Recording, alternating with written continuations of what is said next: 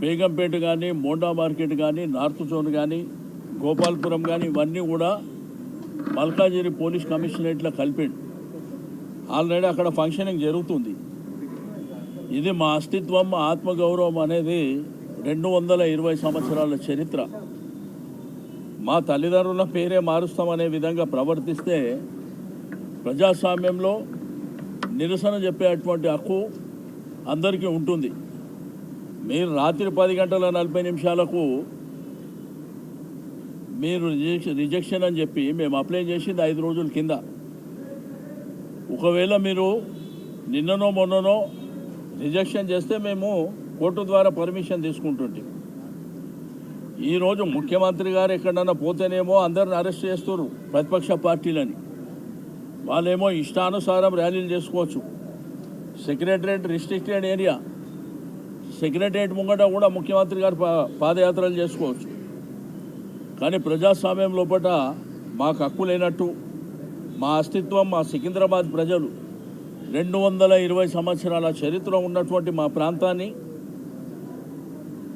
మా ప్రాంతం పేరు లేకుండా మా అస్తిత్వం మీద దెబ్బ కొట్టినప్పుడు ప్రజాస్వామ్యబద్ధంగా మేము నిరసన చెప్పేటువంటి కార్యక్రమాన్ని ఈరోజు ఏర్పాటు చేసుకున్నాం.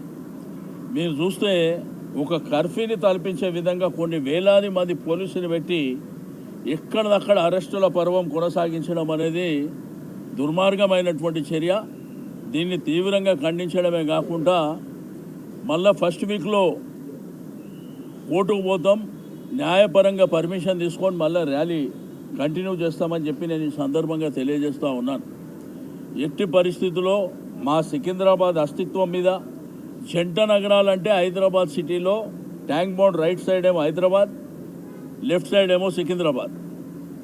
ట్విన్ సిటీస్ అని ఎప్పుడో చరిత్రలో ఉన్నటువంటి పేర్లు. ఒకటి హైదరాబాద్ రెవెన్యూ డివిజన్ ఉంది, రెండోది సికింద్రాబాద్ రెవెన్యూ డివిజన్. ముఖ్యమంత్రి గారేమో మల్కాజిగిరి, సైబరాబాద్, హైదరాబాద్ అని నామకరణం చేసిండు. మీ టీవీలో, పేపర్లలో కూడా అవి వచ్చినటువంటిది మీరు చూశారు. మేమేందంటే మా అస్తిత్వం, మాకు ఆ భూమితోని మట్టితో ఉన్నటువంటి సంబంధాలు. ఇప్పుడు మా ఎమ్మెల్యేలు అంబర్పేట కాలేరు వెంకటేష్ గారు, ముషిరాబాద్ ఎమ్మెల్యే గోపాల్ గారు, నేను మా ఇంటి దగ్గరకు వచ్చి అరెస్ట్ చేస్తామంటారు. దేనికి అరెస్ట్ చేస్తాం? దేనికి అరెస్ట్ చేస్తారు? మీరు ఓకే అన్న చెప్పిన తర్వాత నిన్న మీ పోలీస్ యంత్రాంగం అంతా, ఏసీపీలు, సిఏలు అందరూ మొదలుకొని అందరూ కూడా రోడ్ ఇన్స్పెక్షన్ చేశారు. మాది శాంతియుతమైనటువంటి ర్యాలీ, పొలిటికల్ పార్టీ కండువాలు పెట్టుకునే ర్యాలీ కూడా కాదు. దాంట్లో అందరిని ఆహ్వానించినాం.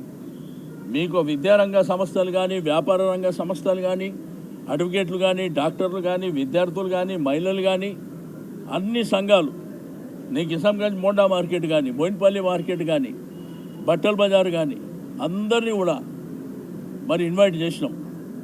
బట్ ఇదేం పద్ధతి? ఈ పద్ధతి లేకుండా ఇష్టానుసారంగా పోలీసు రాజ్యం నడిపిస్తామనుకుంటే మీ కర్మ మేము చేసేది ఏం లేదు. ఇది శాశ్వతంగా మాత్రం ఈ ప్రభుత్వానికి మంచిది కాదు, అది గుర్తుపెట్టుకోవాలని చెప్పి నేను ఈ సందర్భంగా తెలియజేస్తూ ఉన్నాను. ఓకే, ఇవాళ మీరు పైశాచిక ఆనందం పొందిండొచ్చు, కానీ అల్టిమేట్గా మళ్ళీ చట్టపరంగా, న్యాయపరంగా మేము పర్మిషన్ తీసుకొని మళ్ళీ ఫస్ట్ వీక్లో ఈ కార్యక్రమాన్ని కార్యాచరణ చేస్తాం.